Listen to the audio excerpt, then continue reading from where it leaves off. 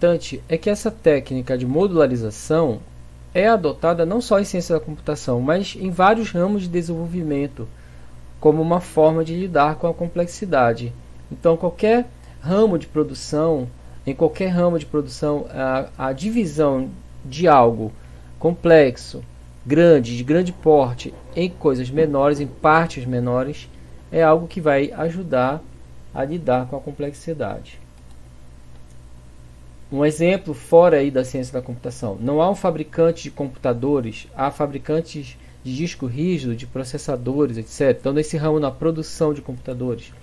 Não há um fabricante de carros, há montadoras que recebem de terceiros motor, câmbio, pneus, condicionador de ar, etc. Cada um desses fabricantes individuais se especializa naquela tarefa, resolve aquele problema. Um fabricante, por exemplo, de câmbio, né, de mudar a marcha do carro, ele vai se concentrar naquele problema e aperfeiçoar aquele problema, a resolução daquele problema, né? Mesmo para os outros aspectos, condicionador de ar, etc. Bem, um módulo, por sua vez, quando a gente está pensando no programa, fazendo uma espécie de projeto inicial, um módulo pode ser decomposto em outros mais simples. Por exemplo, ainda pegando a analogia com outras áreas, o fabricante de motor pode terceirizar a fabricação das velas de ignição, pistões, que são partes do motor. Isso é o que a gente vai chamar de um processo de decomposição sucessiva. Bem, nós estamos fazendo aqui alguns comentários que têm uma proximidade com a área da engenharia de software. Esse assunto aqui ele vai ser melhor trabalhado, melhor discutido nas disciplinas mais para frente de engenharia de software. Mas aqui, mesmo no nível da programação, a gente precisa entender essas vantagens que o tratamento modularizado traz para nós. A decomposição sucessiva é ilustrada aí onde eu tenho um programa monolítico, primeiramente, mas aí eu já penso em uma subdivisão, posteriormente em subdivisões mais simples ainda, até chegar no nível que eu acho adequado, ao nível que eu posso tratar cada um desses problemas, desses subproblemas M1, M2, M3, etc., de uma forma mais direta, mais fácil. Bem, em programação nós podemos dizer que há dois tipos de módulos: o módulo procedimento e função. O procedimento ele realiza uma tarefa. A característica é que não há retorno de valores ao módulo que o ativou. Então, eu estou raciocinando sempre assim, que vai ter um módulo que ativa o outro módulo. Seja esse módulo o módulo principal, main, da linguagem C, por exemplo, ou outro módulo qualquer que vai ativar um outro módulo para resolver uma parte do seu problema. Então, o que caracteriza o procedimento é que não há retorno de valor, ele simplesmente faz uma tarefa. No caso de funções, acontece o contrário, realiza algum processamento e retorna uma informação de saída. Aqui nós temos assim, um modelo, exemplo na linguagem Pascal, onde aparece a diferença de procedimento e função, aparece explícita, porque aparece a palavra procedure e function. Então, aqui vai ter o nome da procedure, lista de parâmetros, declaração de variáveis locais e o bloco begin, que seriam os comandos. E a função, ela tem a palavra function e após a lista de parâmetros vai ter aqui um tipo de retorno. O que é aquele retorno? Inteiro, real, caractere, enfim. E o bloco é igual o da procedure, variável, declaração de variáveis, pode declarar tipos também, e o bloco de execução propriamente dito.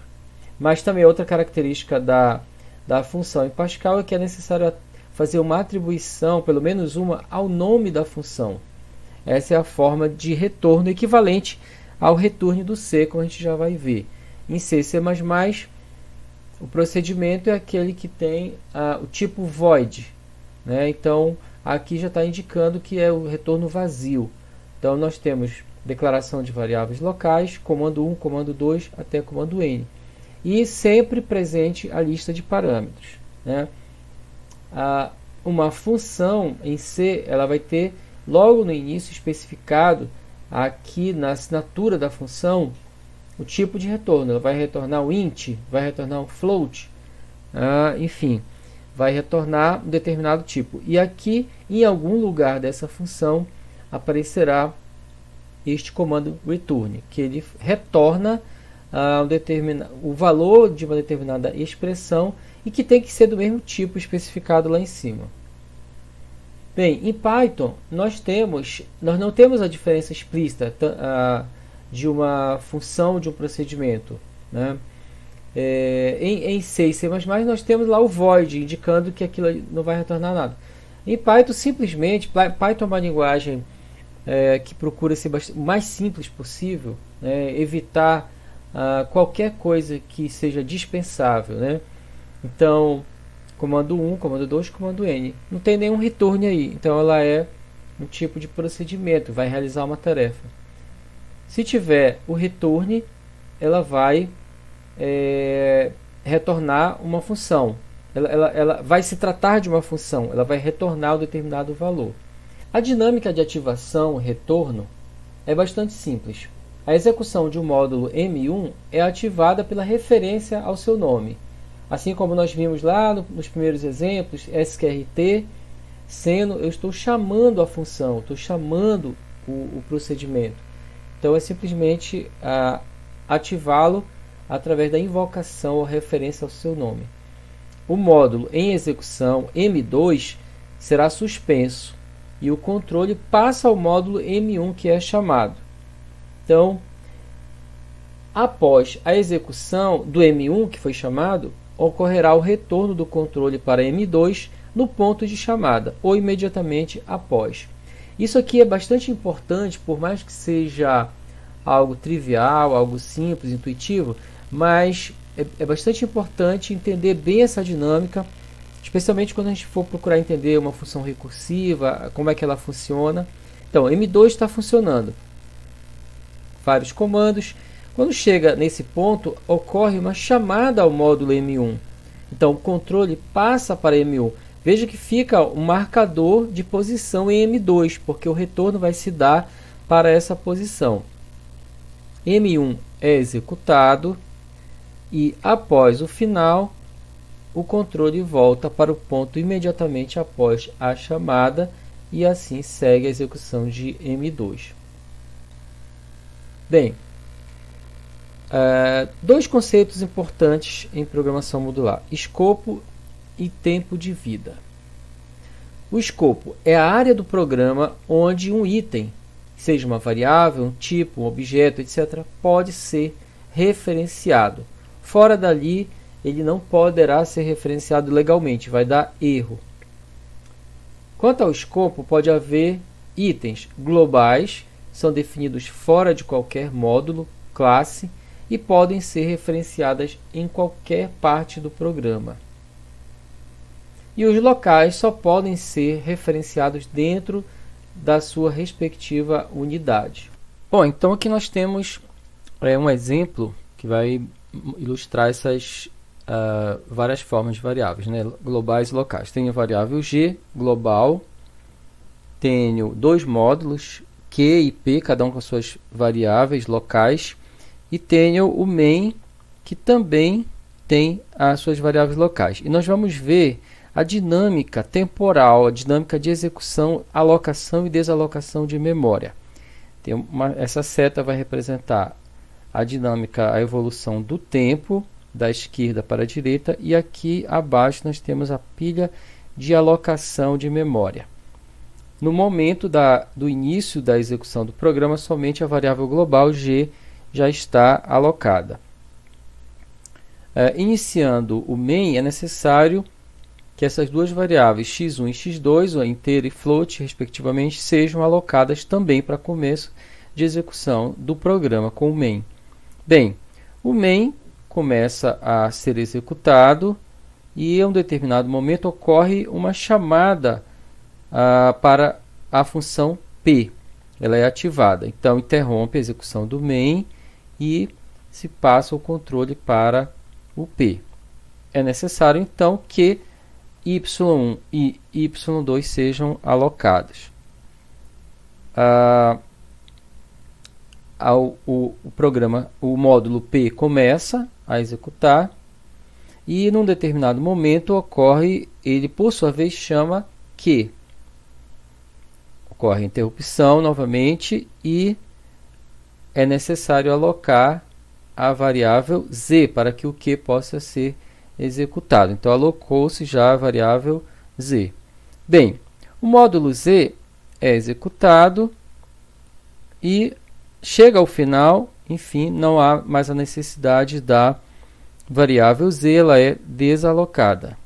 E o controle volta para quem chamou o Q, que foi o P. Então, retorno para a função P que ainda está ativa, ela só foi interrompida. Assim como o main, que está ativo e aguardando. Então, continua. Agora chegamos ao retorno de P, o final da função P, que vai acontecer desalocação das variáveis locais. E vai o controle de volta para o main. Então, só tenho agora de novo as variáveis do main e a variável G global. Segue a execução do main e em um determinado momento ocorre uma ativação direta da função Q. Repare que o main antes ativou P, que por sua vez ativou o Q. Então o Q foi ativado indiretamente, mas agora ele vai ser ativado diretamente pelo main. Então a variável Z precisa ser alocada novamente. Então o tempo de vida de Z, já houve um tempo de vida lá atrás ativado pelo P, e agora a função G, a função Q é ativada diretamente. Então novamente ocorre um novo tempo de vida de Z. A variável Z existe agora para executar novamente o Q. Vai chegar ao final, ela é desnecessária, e aí eu desaloco para encerrar essa função Q e retornar o controle para o main novamente. Ainda restam alguns comandos, eventualmente, então são executados, chega-se aí ao final da função main. Encerrando a função main, vai encerrar o programa. Então, vão ser desalocadas tanto as variáveis locais ao main, quanto a variável global G. Então, o programa se encerra, não tem nenhuma variável mais alocada para ele. Bem, vale notar que esses dois conceitos são bastante relacionados, são diretamente relacionados, escopo e tempo de vida. Por quê? Uma variável, segundo a lógica do escopo, não pode ser utilizada fora do seu escopo.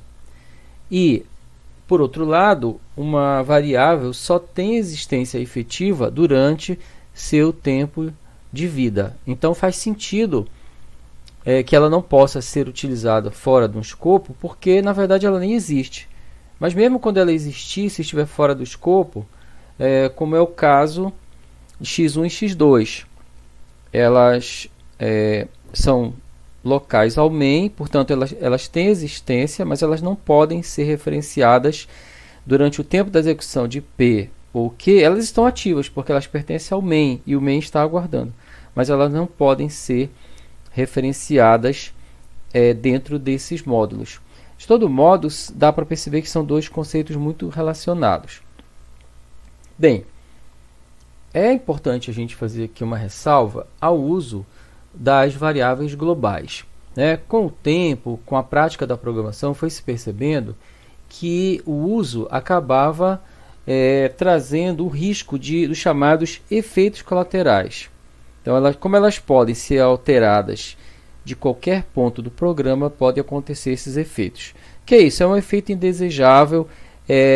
Eu estou fazendo uma determinada operação e isso acaba interferindo numa outra parte do programa. Vamos ver aqui um exemplo. Eu tenho o programa principal, main, que tem um for, e dentro desse for é ativada a função M1. Bem, a função M1, por sua vez, ela vai ativar a função M2.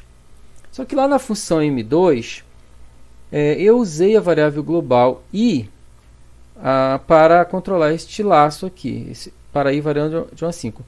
Ocorre que eu estou com este for lá na função main, que está usando o mesmo i global, ainda em execução.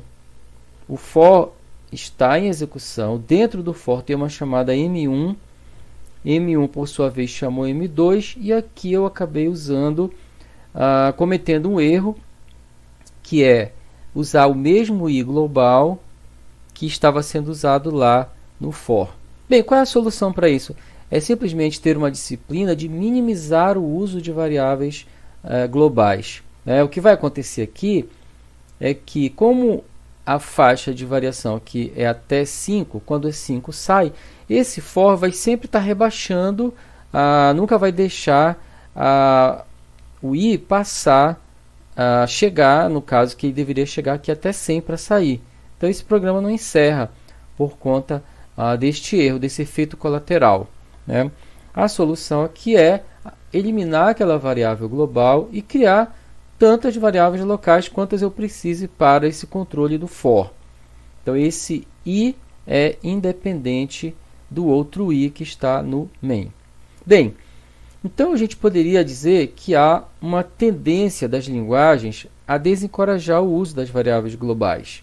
Por exemplo, em Python, eu tenho esse exemplo de um módulo que é definido aí, que é incrementa a variável global.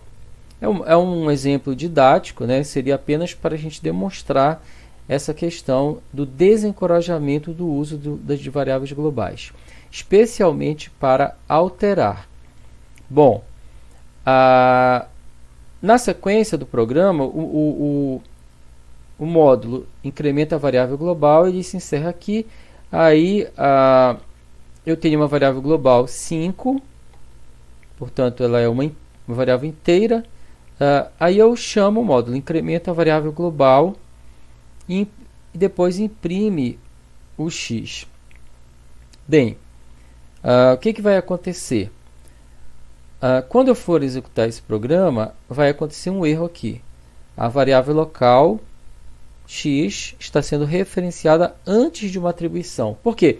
Quando ocorre uma atribuição, é que o interpretador Python deduz, infere o tipo da variável. Então é importante, já que a gente não declara as variáveis, mas é no processo da atribuição, da primeira atribuição, que esse tipo é inferido.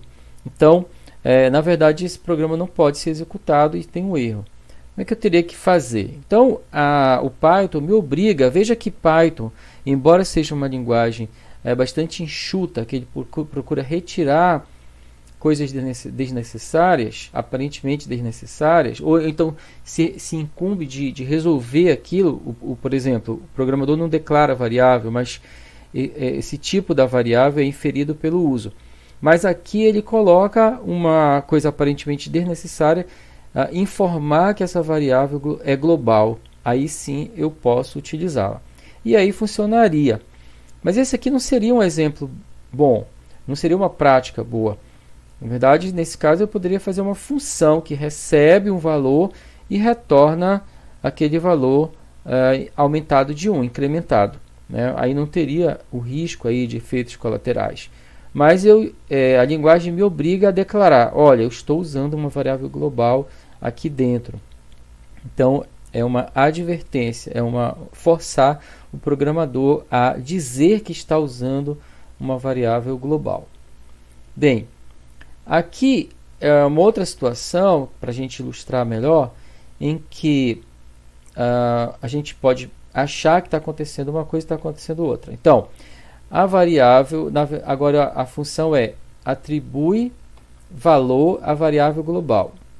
X igual a 7, print x.